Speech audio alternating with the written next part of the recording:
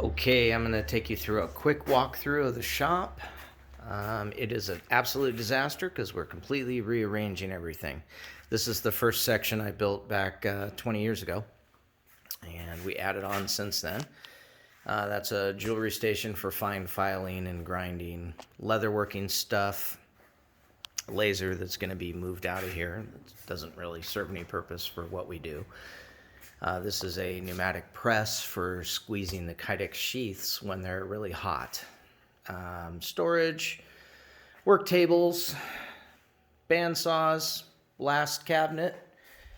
This is a very large 6,500 pound surface grinder. This machine grinds things ultra fine, mostly metals, of course. And this is the big milling machine. It's actually a little one, believe it or not. This is the piece that's going to allow us to do hundreds of parts, hopefully a day, mostly handle scales, drilling holes, profiling, knife blades. You can make just about anything on this machine. Little manual milling machine from World War II era. I use it mostly for drilling and slotting, and a couple drill presses. And this is the larger addition that we did to the shop, primarily to house that power hammer. The big machine over there weighs almost 18,000 pounds and sits on 6 feet of concrete. There's 3 trucks of concrete in that hole. There's a forging press over here, a big one. Little forging hammer over here. That's what I shape most of my blades on, in addition to, of course, the old classic anvils. Another forging press I built 30 years ago, and another one there I'm not ready to work on it, but it'll be up and running soon, along with a welding table. These tubes are filled with acid. It's what we use to etch the blades. So we're still trying to find areas to put everything, just reorganizing the shop. That's why it's such a mess in here. And this is, well, they're 2 natural gas powered forges. These are what heat up the metal, so then they can then be worked on on the power hammer. And a couple metal cutting bandsaws. These will be getting moved, but they're here temporarily. And this is the heat treating station.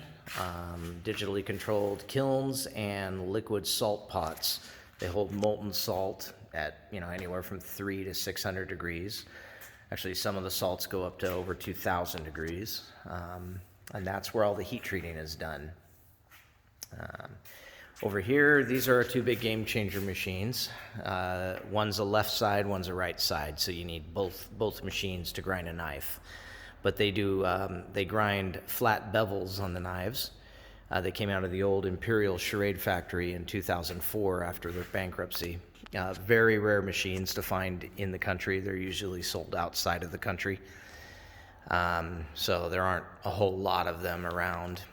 But these are capable of grinding hundreds, if not thousands of blades a day. And we're in the process of getting them up and running. These also came out of the Imperial Charade factory. And these are hollow grinders, which can grind, again, hundreds or thousands of blades a day. They do it all under flood coolant, so the blades are ground hard, and they come off them. They go in, they come out, and they're done.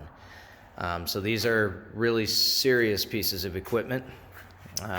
Lucky to have found them. And these are the belt grinders. There are 7. They're all identical, but each one does a different thing. So these machines are set up for mostly prototyping and all of the custom stuff I do, especially with swords. So there it is. Hopefully I didn't bore you too much with a quick tour, and thanks for watching.